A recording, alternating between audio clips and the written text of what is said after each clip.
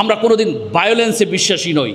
ধরেন আপনার উপর একজন আক্রমণ করেছে, জুলুম করেছে, নির্যাতন করেছে, আপনি কোমরে গামছা ফেঁচিয়ে, হাজি রুমাল পেঁচিয়ে মাঠে নেবে, নারায়ে তাকবীর আল্লাহু আকবার, অমুকের কিছু হলে জ্বলবে আগুন ঘরে ঘরে, এই করব সেই করব, আসলে কিছুই করব না, আসলে কিছুই হয় না। আমরা এটাতে বিশ্বাসী না। আমরা হচ্ছি এমন একটি সংগঠন, সংস্থা, আমরা আইনে বিশ্বাসী, আইনের বিচারে বিশ্বাসী। দেখুন, উন্নত বিশ্বগুলোতে আইন আছে, আইনের প্রয়োগও আছে। আমাদের দেশে আইন আছে, আইনের প্রয়োগ নাই। এর জন্য যতটা না প্রশাসন দায়ী, যতটা না বিচার আদালত দায়ী, যতটা না আইন প্রয়োগকারী সংস্থা দায়ী, তার চাইতে বেশি দায়ী জনগণ। আমরা করি কি, আমাদেরকে একজন একটি ঘুষি দিছে, আমি 3টা ঘুষি দেওয়ার প্রস্তুতি নিই। আমি রাস্তায় ব্লকেট সৃষ্টি করি। আমি যখন রাস্তায় ব্লকেট সৃষ্টি করে যানবাহনে বাধা দিচ্ছি, তাহলে আমার ক্ষতি করার কারণে আমি কি করলাম, রাস্তা ব্লকেট সৃষ্টি করলাম, এই তো রাস্তা বন্ধ করে দিলাম। এটা কোনো মুসলিম সংস্কৃতি হতে পারে না, রাস্তা বন্ধ করে দেয়া। এটা কোনো মুসলমানের কাজ, ইমাম মুয়াজ্জিনের কাজ হতে পারে না। কারণ এই রাস্তা দিয়ে যদি কোনো প্রসূতি মাকে হসপিটালে নিতে হয়, এই রাস্তা দিয়ে যদি কোনো মুমূর্ষ রোগীকে হসপিটালে নিতে কোনো অ্যাম্বুলেন্সের যদি ওই বাধা বিঘ্নতা ঘটে, সেটার জবাবদিহিতাও আমাকে আপনাকে আল্লাহর দরবারে করতে হবে। এটার জন্য আমরা দায়ী। এজন্য সিস্টেম যেদিকে, আমরা সেদিকে। যখন আমাদের কোনো ইমাম খতিব ওলামায়ে কেরামের উপর নির্যাতন হবে, তখন আমাদের সংগঠন যেটা করে, সর্বপ্রথম আমরা স্থানীয় গণ্যমান্য ব্যক্তিদেরকে, পলিটিক্যাল লিডার অথবা জনপ্রতিনিধিদেরকে আমরা জানাই যে আপনার এলাকায় রূপগঞ্জে আমাদের একজন ইমাম, আমাদের একজন আলেমের উপর এমন নির্যাতন হয়েছে, এ বিষয়ে আমরা আপনার হেল্প চাই। যখন আমরা হেল্প চাই, তখন দেখা গেছে অনেক যারা ভদ্র, যারা খুবই গ্রহণযোগ্য মানুষ, বিবেক সম্পন্ন মানুষ, পলিটিক্যাল লিডার অথবা জনপ্রতিনিধি, তারা আমাদেরকে হেল্প করে যে ঠিক আছে হুজুর, আমি বিষয়টা দেখতেছি, আমি ইনশাল্লাহ ব্যবস্থা নিচ্ছি, এবং তিনি সলভ করে দেন, মিউচুয়াল করে দেন। কিন্তু কিছু আছে ক্ষমতায় যারা অন্ধ এবং বধির হয়ে গেছে, যারা মনে করে আমার দাদা ছিল এই এলাকার সর্দার, আমার বাপও ছিল এই এলাকার মাতবার, আমিও একটা কিছু। আমরা এমন 10,000 সন্ত্রাসীকে তার কিছু তার পকেটে ঢুকাইয়া দিছি। তোমার ক্ষমতা তোমার পকেটে রাখো। কোথায় রাখো? তোমার ক্ষমতা তোমার পকেটে রাখো। এই আলেম সমাজ যখন আইনি পদক্ষেপ শুরু করে, তখন আমরা দেখেছি ওই সকল স্থানীয় পাতি নেতাদের পায়ের তলার মাটি সরে যায়। মাটি সরে যেতে আমরা দেখেছি। তখন তার কোনো নেতা যখন তাকে পলিটিক্যাল শেল্টার দেয়, আমরা তার ঊর্ধ্বতন নেতাকে তার খুঁটির পাওয়ার কোথায় সেটা খুঁজে বের করি। যেমন রূপগঞ্জে যদি ধরেন কোনো স্থানীয় পাতি নেতা কোনো ইমাম নির্যাতন করে, আলেম নির্যাতন করে, তো আপনারা আমাদের রূপগঞ্জ কমিটিকে জানাবেন। যেখানে রূপগঞ্জ কমিটি ব্যর্থ, সেখানে নারায়ণগঞ্জ জেলা কমিটির সেবা শুরু হয়ে যাবে। যেখানে জেলা কমিটি ব্যর্থ, তা আমি এখানে দাঁড়িয়ে কথা দিয়ে যাচ্ছি, কেন্দ্রীয় কার্যালয় থেকে সরাসরি আমি হস্তক্ষেপ করব। কিভাবে করব?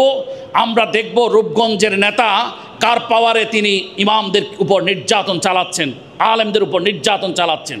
যদি দেখি সেই নেতার বাড়ি নারায়ণগঞ্জ চাষাড়ায় অথবা নারায়ণগঞ্জের যেই মেইন এলাকায়, এরিয়াতে, আমরা তার সাথে জেলা কমিটির সাথে যোগাযোগ করব। আমরা নারায়ণগঞ্জ যারা নিয়ন্ত্রণ করেন তাদেরকে জানাবো, আপনার নেতা আপনার পরিচয় দিয়ে আপনার কর্মী ইমাম খতিবদের উপর নির্যাতন চালাচ্ছে, এখানে আপনার বক্তব্য কী? আমরা তার বক্তব্য কোট করি, রেকর্ড করি। এই বক্তব্য আমরা কেন্দ্রীয় কার্যালয়ে পাঠিয়ে দিই। আমি এখানে দাঁড়িয়ে দায়িত্ব নিয়ে বলছি, আমাদের সাথে জনাব তারেক রহমানের সাথে হট কানেকশন। আপনি মনে করবেন না এখানে 2 টাকার সল্লি বললি মৌলবী বোধহয় এখানে এসছে, এটা মনে করবেন না। কারণ আমার কাছে যে পাওয়ার আছে, অনেক রাজনৈতিক নেতার কাছে এই পাওয়ার নাই। কারণ আমার কাছে মেম্বারগুলো আছে, আলহামদুলিল্লাহ। কি আছে? মেম্বার 10 জন। আমি আজকে ইউনু সাহেব এখানে আসবেন, আপনি দেখেন 10 জন হুজুর ইউনু সাহেবের কাছে যান, দেখবেন তিনি আপনাদেরকে সম্মান করবেন। আপনি 20 জন যাইয়া ডিসি সাহেবের কাছে যান, আল্লাহর কসম বিচার আদায় হবে। কমিটি করার আগেও আমি এখানে 50টার উপরে সেবা দিয়েছি। আমরা এই রূপগঞ্জে আলেমরা নির্যাতিত হয়েছে, 50টার উপরে শুধু ফোনে সেবা দিয়েছি, এই আইনি সেবা। সুতরাং আপনারা ঐক্যবদ্ধ থাকবেন। আপনারা যদি ঐক্যবদ্ধ না থাকতে পারেন তো এতক্ষণ যে কথাগুলো বলছি এগুলো কার্যকর হবে না। দেখুন, পলিটিক্যাল লিডারদের সাথে সম্পর্ক রাখাকে আমরা নিয়ামত মনে করি না, কর্তব্য মনে করি।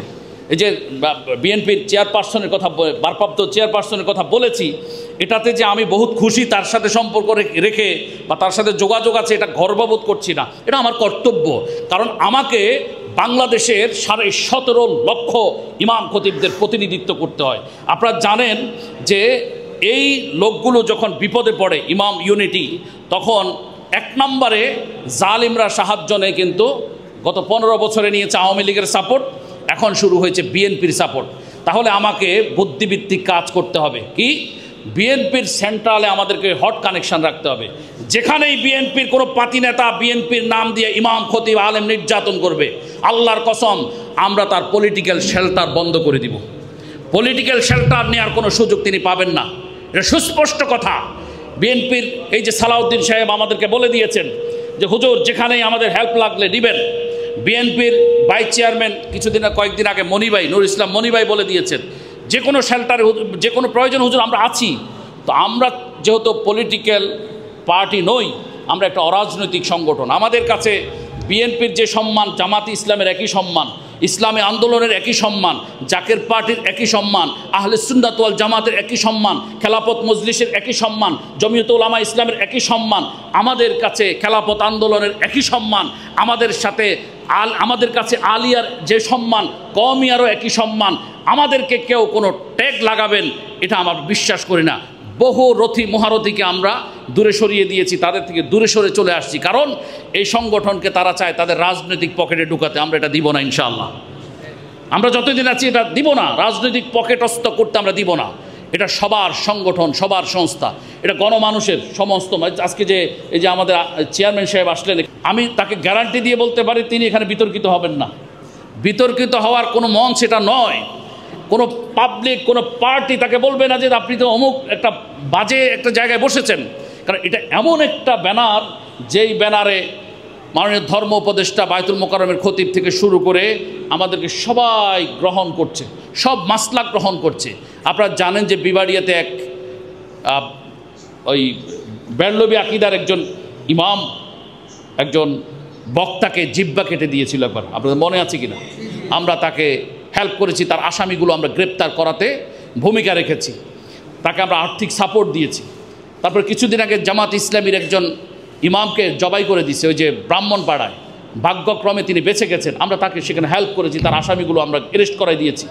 তারপরে ওই যে কিছুদিন আগে জামাত ইসলামের আরেকজন ইমামকে মেরে ফেলা হয়েছে রাজীবপুরে, লক্ষ্মীপুরে, সেখানে আমরা আসামি গ্রেপ্তার হচ্ছে না, আমরা তাদেরকে গ্রেপ্তার করাতে ভূমিকা রেখেছি।